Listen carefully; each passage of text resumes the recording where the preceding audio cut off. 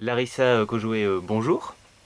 Vous avez publié aux éditions L'Harmattan, plus précisément dans la collection Études africaines. Tu seras docteur, mon enfant. Alors tout d'abord, pouvez-vous vous présenter? Je suis une jeune chercheure africaine. Je suis moi-même docteur en sciences politiques, diplômée de l'Institut d'études politiques Bordeaux en 2013. J'ai commencé mes études universitaires à Yaoundé au Cameroun. Ensuite, je les ai poursuivies à Bordeaux. Puis j'ai passé 18 mois comme chercheur postdoctorante à Montréal. Et depuis octobre 2016, je suis de nouveau chercheur postdoctorante à l'INSERM à Marseille. Je vis la plupart du temps à Yaoundé au Cameroun. Je suis chercheur associé à la FPAE et c'est pour avoir été une jeune chercheure, une jeune femme noire fauchée quand j'étais thésarde qui m'a motivée à coordonner cet ouvrage et c'était une très belle expérience d'échanger avec les auteurs, d'entrer dans leurs univers et de vivre à travers eux l'expérience de jeunes universitaires du continent qui, comme nous, ont choisi de pousser jusqu'au bout la formation universitaire. Alors comment, plus précisément, est née l'idée de cet ouvrage? D'une façon assez banale, en janvier, février 2015 à Montréal, avec l'hiver montréalais, j'ai passé une après-midi assez traumatisante.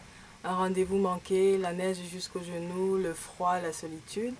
Et puis je suis rentrée chez moi et je me suis dit que je devrais écrire sur ce parcours-là. Après réflexion, j'ai pensé que si je me plains alors que je suis dans un environnement très stimulant en termes d'infrastructure de travail, comment faisaient mes collègues qui n'avaient pas d'ordinateur, pas de financement, un encadrement absent, pas de bibliothèque. Comment, par exemple, on écrivait une thèse à Bamako, à Lomé, à Tchang, à Lumumbashi ou à Niamey. Donc j'ai parlé autour de moi à quelques amis, puis ils ont été très enthousiastes, c'était contagieux. On a décidé de se lancer dans l'aventure avec le réseau des jeunes chercheurs africains en sciences sociales et on est très heureux et très heureuse du résultat aujourd'hui. Alors justement, on en vient au livre à proprement parler. Quel est son contenu, son originalité?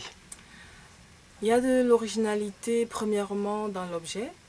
C'est la première fois que des jeunes chercheurs africains décident collectivement de croiser leur regard sur le doctorat, ce qui les a motivés, les représentations qu'ils se font, les représentations que les autres se font de doctorat, les espoirs qu'ils fondent, les sacrifices qu'ils exigent.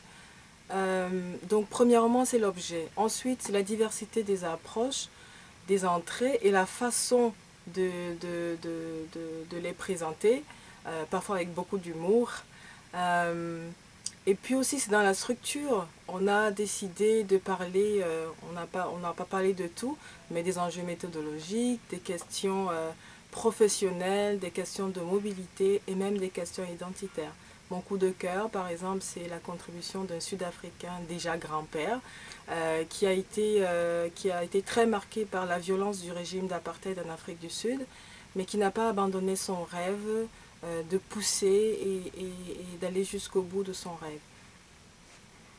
Alors, un mot finalement pour le public? Pour le public, il y a de la sincérité dans cet ouvrage, il y a de la vivacité. C'est un ouvrage inspiration, c'est un ouvrage de motivation, c'est un appel à tous les jeunes chercheurs et même à ceux qui ont abandonné ou qui se posent des questions s'ils peuvent faire un doctorat ou pas. La réponse est oui. Cet appel aussi, c'est un appel à désacraliser le doctorat et à dire que c'est possible.